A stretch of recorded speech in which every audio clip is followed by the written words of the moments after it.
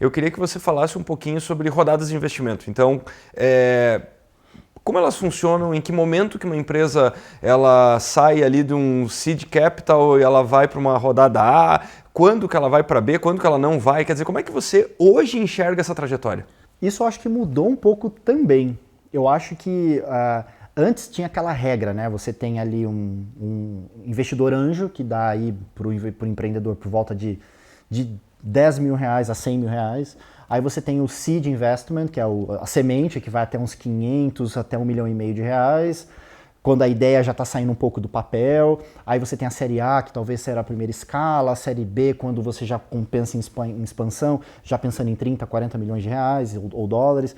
Tinha ali uma estrada a ser seguida, um playbook muito claro de como fazer. Hoje eu vejo, por exemplo, 3 sócios colocando 10 mil reais cada um, segurando por muito tempo e tendo uma série A de 100 milhões. Você fala, Uau. nossa, série A de 100 milhões? Sim, porque é o primeiro investimento, então não pode ser seed. Então também isso eu vejo diferente. Mas por via de regra, normalmente, o investimento semente, o que normalmente os fundos avaliam, equipe e ideia. Uhum. Uma ideia que já está sendo trabalhada, já tem aí uma prova de que funciona e uma equipe que eles avaliam muito se a equipe é capaz de entregar aquilo que eles estão falando que eles fazem. A série A já pensa mais ou menos em escala, mas não olha tanto os unit economics, né, os números se estão muito redondos. Série B já é mais criterioso, já estamos falando aí de uns 20 milhões de dólares normalmente, estou falando um pouco mais da minha experiência, né? A série B é de uns 20, 25 milhões de dólares. E aí sim, já tudo meio que funciona, já vamos pensar em escala. A série C já é uma escala mais agressiva com produto extremamente validado. Uhum. Eu cheguei até a série D, D1, na Facilia a gente levantou 508, se não me engano, milhões de dólares. Nesse momento, a gente já estava assim, em vários lugares, ideia extremamente validada, um produto extremamente robusto, um time capaz de entregar tudo aquilo, já traduzindo para o espanhol para ir para a Latam, e os fundos entendendo que a gente dava conta de entregar tudo isso. De novo, essa foi uma experiência de, 5 anos atrás. Hoje eu vejo que os caminhos podem ser cortados porque, de novo, não é mais só aquele crescimento maluco. Eu vou crescer e vou deixar as coisas redondas também. Então, podem ser os dois caminhos e esse caminho é um pouquinho mais conservador e quando você precisar de dinheiro, você pode ter muito dinheiro tendo uma série A. Então, não é bem uma regra, mas a regra anterior era essa que eu acabei de falar. Para quem está nos assistindo, é importante entender que esse conceito dos níveis de investimento é uma metáfora, como se você tivesse uma escalada na montanha e você tem uma ajuda te esperando. Ou seja, você tem que chegar até lá, ter o potencial de receber a próxima ajuda, né? Então, você vai recebendo esses aportes e você vai fazendo essa trajetória de crescimento. Deixa eu te fazer uma pergunta que eu acho que é super importante. O Reid Hoffman, você mencionou ele, né? E me parece que também pouco se fala, porque você falou, puxa, uma coisa é a concepção. Na verdade, eu vou dividir em 2 perguntas. A primeira, rápida, é a seguinte. PowerPoint ainda capta dinheiro? Bom, eu acho que nunca captou. Eu vejo, hoje eu sou banca, né? Às vezes fundos me chamam para participar de banca e de competições de startup. Eu vejo que a galera chega com PowerPoint sem nada feito. Eu sou o primeiro mal-humorado do lugar para mostrar um pouco para a pessoa, mas sai do seu PowerPoint e aterriza, pelo amor de Deus. Talvez a questão do PowerPoint, Vale do Silício, Califórnia. Então eu acho que só o PPT, talvez para um investimento anjo, para você tirar aquilo do papel, alguém que acredita muito e gosta muito de você. Não colocaria como uma regra. Se você não tem um bom networking, se você não é herdeiro ou qualquer coisa do gênero, PowerPoint nunca vai ser essa solução.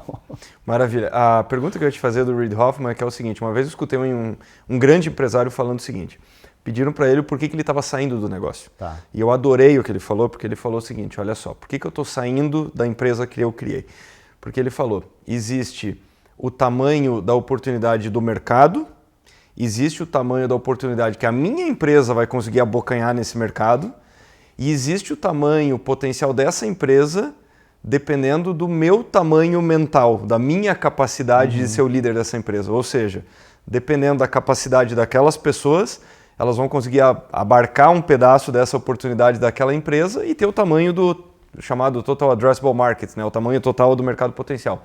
Nós estamos falando sobre rodadas de investimento. Eu te pergunto, você acredita que muitas pessoas ou poucas pessoas levam em conta o tamanho da dificuldade de ser o personagem que capta o primeiro investimento, mas que consegue amadurecer ao ponto de ser o personagem, de se tornar uma empresa numa escala totalmente diferente, aquilo que o Reid Hoffman fala, né? Você começa a virar um grupo, depois uma vila, depois, quando você menos percebe, você está gerindo uma cidade, né?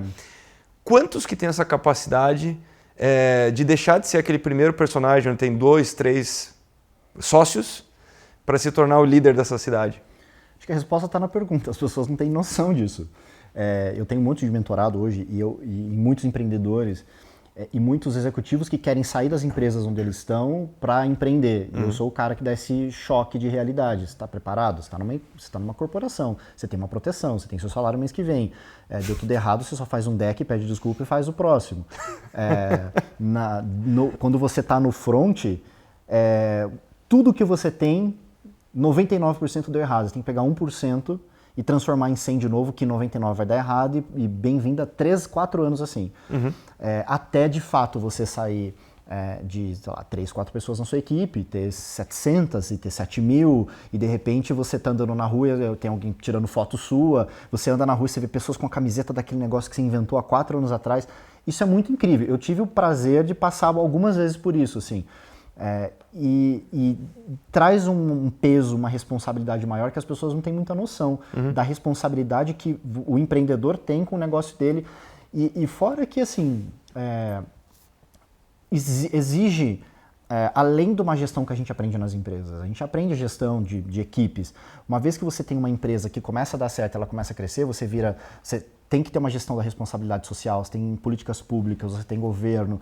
Necessariamente, você tem milhares de vidas que dependem de você. Se você é responsável pelo papel higiênico da empresa, você é responsável pelo plano de saúde delas, se elas têm filhos, se elas não têm, se elas ficam doentes. Então, sim, você sai da sua baia e você ganha uma cidade e a complexidade de uma cidade. Olha, estourou, teve uma inundação no Rio, sim, você vai ter que ir lá. Não tem o que fazer. Sim, é muito mais coisa para fazer.